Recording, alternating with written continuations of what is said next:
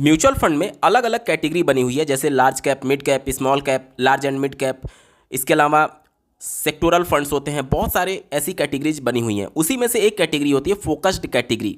अब ये जो फोकस्ड कैटेगरी होता है वो फोकस्ड इन्वेस्टमेंट अप्रोच पर डिपेंड करता है। और ये अप्रोच क्या होता है, इनकी इन्वेस्टमेंट स्ट्रेटजी क्या होती है, इसके बारे में डिटेल में बात करेंगे। साथ ही साथ इस वीडियो में हम लोग ये भी जानेंगे कि जो फोकस्ड फंड है उनमें से बेस्ट आपके लिए कौन सा ऑप्शन हो सकता है। बहुत इंटरेस्टिंग डेटा और फैक्ट के साथ ये वीडियो होने वाली है, तो अंत तक जरूर जुड़े रहिएगा। नमस्कार दोस्तों, मेरा नाम है नीरज, आप देख रहे हैं फिनोबिट यूट्यूब चैनल। अगर आप इस चैनल पर पहली बार विजिट कर रहे हैं तो इसको सब्सक्राइब करते हुए बेल आइकन को प्रेस करना ना भूलें। फोकस्ड अप्रोच की बात करें तो इस अप्रोच में मिनिमम से मिनिमम स्टॉक्स को पिक किया जाता है ज़्यादा से ज़्यादा रिटर्न बनाने के लिए। अब ये कैसे पॉसिबल होगा, ये ऐसे पॉसिबल होगा, ऐसे स्टॉक्स को इसमें पिक किया जाएगा जो कि अंडर वैल्यूड हैं। अब ये कॉन्सेप्ट, ये स्ट्रेटजी तो आपने वैल्यू फंड में भी देखा होगा। तो फिर वैल्यू फंड और फोकस्ड फंड में डिफरेंस क्या है? वैल्यू फंड में अगर आप देखेंगे तो उनमें जो नंबर ऑफ होल्डिंग्स होती है वो ज़्यादा हो सकती है, लेकिन फोकस्ड फंड में जो नंबर ऑफ होल्डिंग यानी जितने स्टॉक्स में आपके पैसे को इन्वेस्ट किया जाएगा वो बहुत ही लिमिटेड होता है। यहाँ पर ज़्यादा से ज़्यादा 20 से 30 कंपनीज में ही आपका केवल पैसा इन्वेस्ट किया जाता है, ठीक है। इसीलिए इसे फोकस्ड कहा जाता है, यानी इन्हीं कंपनी पर आपका जो पूरा रिटर्न है वो फोकस रहेगा। यहाँ पर आप देख सकते हैं, अगर इनकी बात करें तो देखिए डिफिनीशन वाइज अगर हम लोग देखें तो फोकस्ड म्यूचुअल फंड जो होते हैं वो लिमिटेड नंबर ऑफ स्टॉक्स और लिमिटेड नंबर ऑफ सेक्टर, मतलब कि सभी सेक्टर्स में भी पैसा नहीं लगाएंगे, कुछ लिमिटेड सेक्टर्स में और कुछ लिमिटेड स्टॉक्स में ही आपके पैसे को लगाते हैं। और ये जस्ट रिवर्स स्ट्रेटजी पर काम करते हैं, जो कि वेल डाइवर्सिफाइड मिक्स पोजीशन होता है उसके रिवर्स काम करते हैं, ठीक है। तो कम स्टॉक के साथ आपको ज़्यादा रिटर्न बनाने के लिए फोकस्ड अप्रोच यहाँ पर अपनाया जाता है।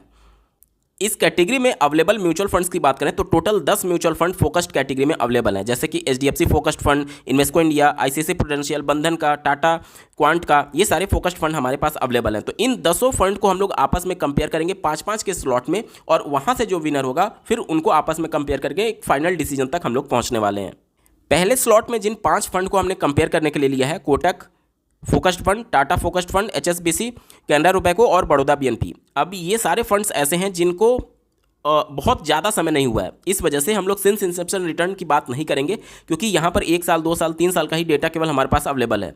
अगर हम लोग यहाँ पर लॉन्च डेट देखें तो यहाँ पर देखिए 2 फंड जो हैं वो 2019 में लॉन्च हुए हैं, एक फंड 2020 का है और एक फंड 2021 का और एक फंड 2017 का है। तो इन सब में अगर सबसे पुराने फंड की बात करें तो सबसे पुराना जो फंड है वो बड़ौदा BNB फंड है। AUM की बात करें तो हाईएस्ट AUM इसमें से अगर देखा जाए तो वो कोटक का ही है। एक्सपेंस रेशियो की बात करें तो यहाँ पर सबसे कम एक्सपेंस रेशियो जो है वो आप अपने स्क्रीन पर देख पाएंगे बड़ौदा BNB का है फोकस्ड कैटेगरी में। शार्प रेशियो की बात करें तो सबसे ज़्यादा शार्प रेशियो जो है वो बड़ौदा BNB का ही है। अल्फ़ा की बात करें तो सबसे ज़्यादा जो अल्फ़ा जनरेट कर रहा है वो आप अपने स्क्रीन पर देख पाएंगे कैनरा रुपैको जनरेट कर रहा है। वहीं पर बीटा की बात करें तो सबसे कम जो बीटा है वो है आपका कैनरा रुपैको का है, ठीक है, सबसे कम बीटा। इसके बाद से स्टैंडर्ड डेविएशन की बात करें तो सबसे कम जो स्टैंडर्ड डेविएशन है वो बड़ौदा BNB का है। हालांकि इससे लगभग आसपास आपको कैनरा रुपैको का लगभग देखने को मिलेगा। तो अगर यहाँ पर अगर हम लोग देखें तो बाकी टेक्निकल पॉइंट्स में बड़ौदा BNB का टेक्निकल पॉइंट ठीक ठाक है, लेकिन इनका AUM काफ़ी कम है। वहीं पर अगर आप कैनरा रुपैको को देखेंगे तो इनको भी लगभग 3 पॉजिटिव पॉइंट मिल रहे हैं, और इनका अगर आप देखें तो जो AUM है वो बड़ौदा से ज़्यादा है। और एक्सपेंस रेशियो की बात करें तो बहुत बड़ा डिफरेंस नहीं है। इसके बाद से अगर हम लोग शार्प रेशियो की बात करें तो वो भी बहुत बड़ा डिफरेंस नहीं है। तो अगर हम लोग AUM को कंपेयर करेंगे तो यहाँ से जो विनर निकल करके आता है वो कैनरा रुपैको फोकस्ड फंड निकल करके आता है, ठीक है। कैनरा रुपैको का अगर हम लोग 1 साल और 3 साल के रिटर्न की बात करें तो देखिए ये अपने कैटेगरी एवरेज और अपने बेंचमार्क को अच्छे खासे मार्जिन से बीट कर पा रहा है, ठीक है। तो कैनरा रुपैको का परफॉर्मेंस भी ठीक है और इनका टेक्निकल डेटा भी इनके लिए अच्छा ही पॉजिटिव पॉइंट दिखा रहा है। अब अगले स्लॉट में जिन 5 फंड को हम लोग कंपेयर करने वाले हैं, quant focused fund, HDFC focused fund, ICICI prudential focused fund, बंधन फोकस्ड फंड और इन्वेस्को इंडिया फोकस्ड फंड। अब यहाँ पर अगर आप देखेंगे तो 4 फंड ऐसे हैं जिनको 10 साल से ज़्यादा का समय हो चुका है। इनमें सबसे नया जो फंड है वो इन्वेस्को इंडिया फोकस्ड फंड है।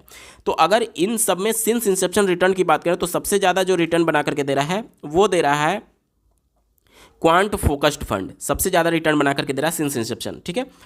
इसके बाद से कुछ टेक्निकल पॉइंट्स की अगर हम लोग बात करें तो देखिए ये 4 जो फंड हैं वो 2013 के हैं, जिनको 11 साल से ज़्यादा का समय हो चुका है, और ये वाला जो है इन्वेस्को इंडिया वो 2020 में लॉन्च हुआ था। एयूएम की बात करें तो इन सबको मैं एक एक पॉइंट दे रहा हूँ, क्योंकि इन सब का ये सारे फंड पुराने हैं। और एयूएम की बात करें तो इसमें सबसे ज़्यादा जो एयूएम है वो आप अपने स्क्रीन पर देख पा रहे होंगे, 14,000 करोड़ का है एचडीएफसी फोकस्ड फंड का।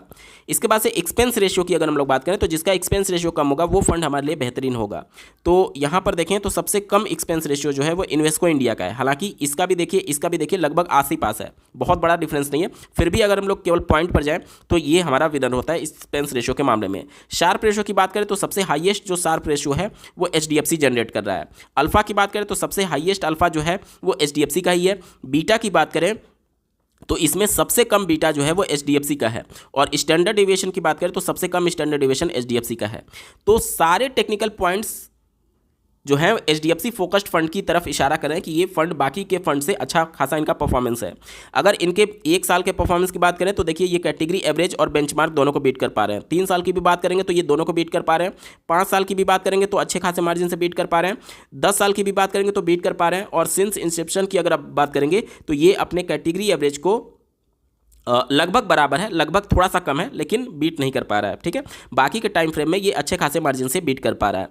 तो अगर आप फोकस्ड कैटेगरी में बेस्ट फंड चाहते हैं तो ये कैटेगरी, ये एचडीएफसी का फोकस्ड फंड आप इसको कंसीडर कर सकते हैं। और वहाँ से जो हमारा विनर बना था कैनरा रोबेको, अब उसको इसके साथ एक बार कंपेयर कर लेते हैं।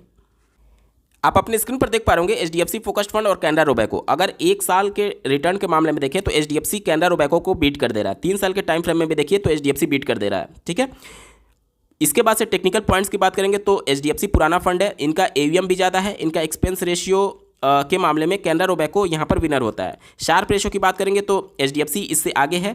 अल्फा की बात करेंगे तो एचडीएफसी आगे है। और स्टैंडर्ड डेविएशन की भी बात करेंगे तो एचडीएफसी आगे है। और बीटा की भी बात करेंगे तो एचडीएफसी आगे है। तो सारे फंड में कंपेरिजन करने के बाद से हमारा जो विनर निकल करके आता है वो एचडीएफसी फोकस्ड फंड निकल करके आता है। लेकिन अगर आप फोकस्ड फंड को लेकर के बहुत ज़्यादा कंसर्न हैं और चाहते ही हैं तो एचडीएफसी फोकस्ड फंड आपके लिए बेस्ट ऑप्शन हो सकता है। सारे टेक्निकल पॉइंट्स में इसी फंड को अच्छा बताया जा रहा है। लेकिन अगर आप इनका सिंस इंसेप्शन रिटर्न देखेंगे तो लगभग 16.5% के आसपास देखने को मिल रहा है। तो इससे बेहतर तो आप अगर एक well diversified flexi cap category का फंड ले लेंगे, जैसे आप पराग पारी का फ्लैक्सी कैप फंड ले लेंगे तो उनका 11 साल पुराना वो फंड है और सिंस इंसेप्शन उसने 20% से ज़्यादा का रिटर्न बना करके दिया हुआ है।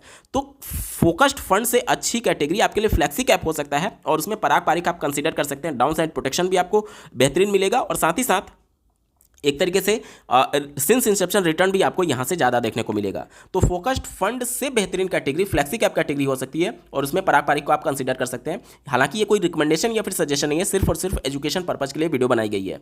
तो कोई भी फंड पिक या फिर अपने पोर्टफोलियो से आउट करने से पहले एक बार अपना खुद का एनालिसिस अपने पर्सनल एडवाइजर से सलाह जरूर ले लीजिएगा। ठीक है, तो उम्मीद करता हूँ आपके सारे डाउट्स क्लियर हो चुके होंगे। बावजूद इसके अगर आपका कोई प्रश्न रह जाता है तो कमेंट के माध्यम से पूछ सकते हैं। आपको ये वीडियो कैसा लगा, मेरा एफर्ट कैसा लगा, कमेंट के माध्यम से जरूर बताइएगा। और ऐसे ही महत्वपूर्ण अपडेट के लिए इस चैनल को सब्सक्राइब करना ना भूलें। इस वीडियो को देखने के लिए आपका बहुत बहुत धन्यवाद। भगवान करे आपका दिन शुभ हो।